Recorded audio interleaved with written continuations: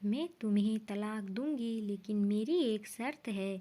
जब मैं रात को घर पहुंचा तो मेरी पत्नी ने खाना लगाया। मैंने उसका हाथ अपने हाथों में लिया और कहा, मुझे तुमसे कुछ ज़रूरी बात कहना है।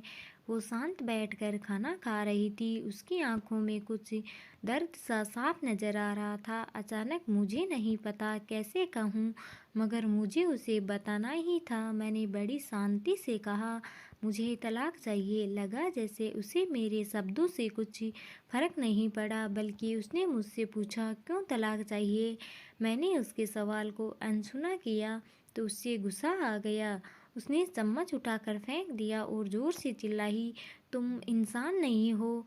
उस रात हमने एक दूसरे से बात नहीं की। वो रो रही थी। मुझे पता था कि वो जानना चाहती थी कि आखिर ऐसा क्या हुआ जो हमारा रिश्ता टूटने की कगार पर आ गया। पर मेरे लिए उसके सवालों का जवाब दे पाना नामुमकिन था। मैं अब किसी और से प्यार करने लगा हूँ।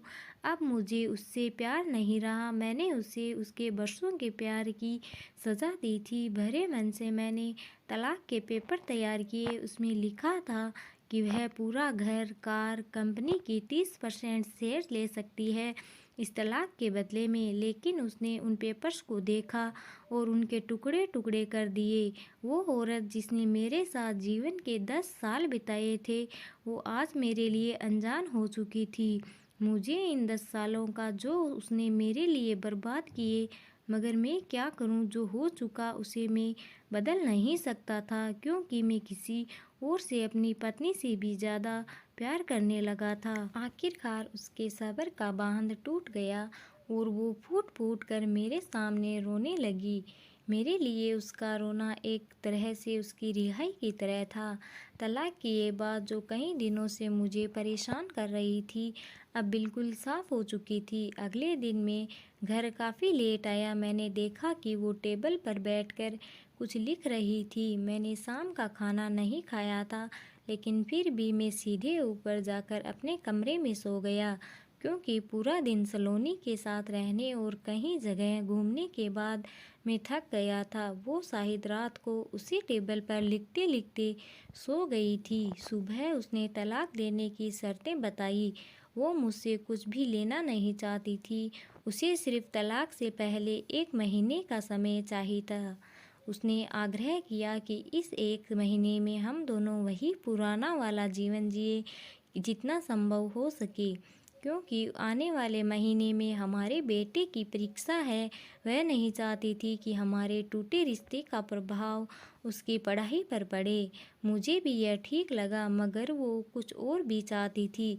जैसे शादी के दिन में उसे उठाकर अपने शयन कक्ष तक ले गया था, उसी तरह हर रोज़ 1 महीने तक मैं उसे शयन कक्ष में उठाकर मुख्य द्वार तक ले जाऊं। मुझे लगा ये पागलपन है, मगर इन आखिरी दिनों को थोड़ा अच्छा बनाने के लिए मैंने उसकी ये शर्त स्वीकार कर ली।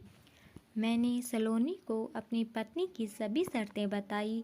वो हंसने लगी। उसे लगा मेरी पत्नी कितने भी तरीके अपना ले, तलाक होना तो तय है। मेरी पत्नी और मैं किसी से भी इस दौरान नहीं मिले थे, लेकिन उस दिन जब मैं उसे पहली बार उठाकर गेट तक लेकर गया तो हम दोनों काफ़ी अजीब महसूस कर रहे थे। पीछे से हमारा बेटा भी खिलखिलाकर खुश हो रहा था।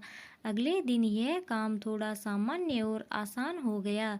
वह मेरे सीने से लगी थी और मैं उसकी खुशबू महसूस कर रहा था। ऐसा लगा जैसे कई दिनों बाद मुझे ये खुशबू मिल रही थी, या फिर कई दिनों से मैंने उसके होने का एहसास महसूस नहीं किया था। पहले जितनी उसमें वो कसाव नहीं था, और चेहरे पर कुछ हल्की झुर्रियाँ नज़र आ रही थी और बाल भी सफ़ेद होने लगे थे। ये वही औरत थी जिसने अपने जीवन के 10 साल मुझे समर्पित किए थे। चौथे दिन जब मैंने उसे उठाया तो वो पुरानी रोमांच लौटने लगी थी।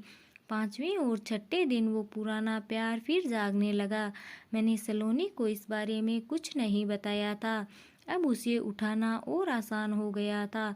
शायद हर रोज़ यह सब करने का मैं आदी हो गया था।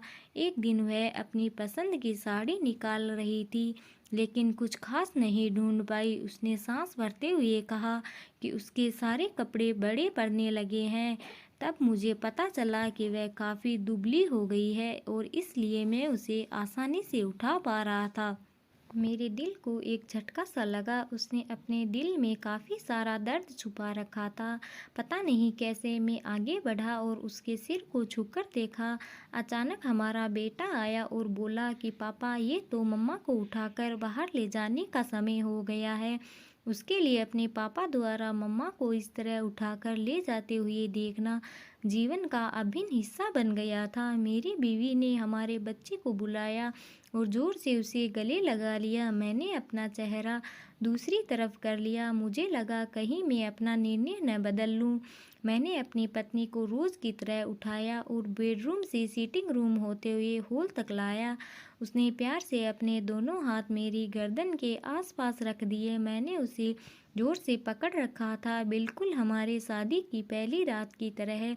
मगर उसका इतना कम वजन मुझे परेशान कर रहा था। महीने के आखिरी दिन जब मैंने उसे उठाया तो मेरे लिए एक कदम भी चल पाना मुश्किल हो रहा था। हमारा बेटा स्कूल जा चुका था।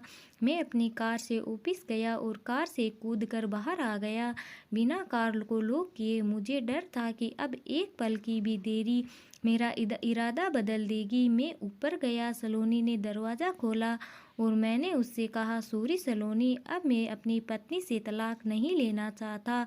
उसने मुझे देखा और मेरे सिर पर हाथ फेर कर कहा, तुम्हें बुखार तो नहीं है? मैंने उसका हाथ उठाया और कहा, सॉरी सलोनी, अब मुझे अपनी पत्नी से तलाक नहीं चाहिए।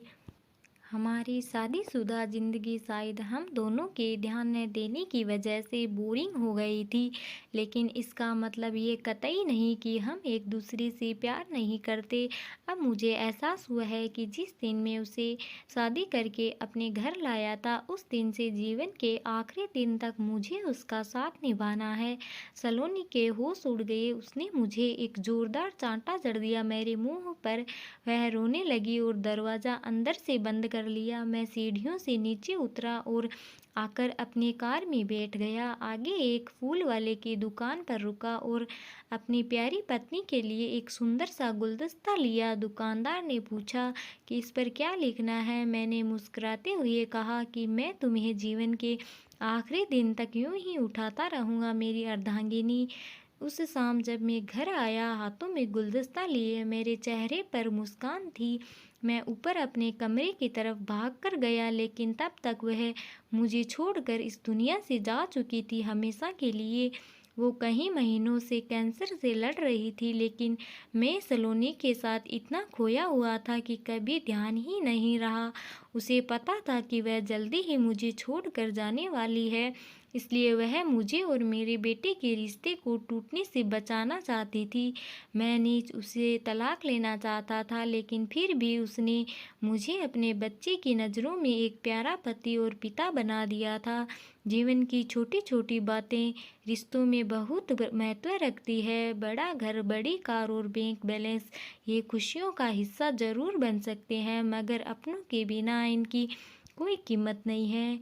कहानी अच्छी लगे तो लाइक कमेंट करके ज़रूर बताएं। धन्यवाद।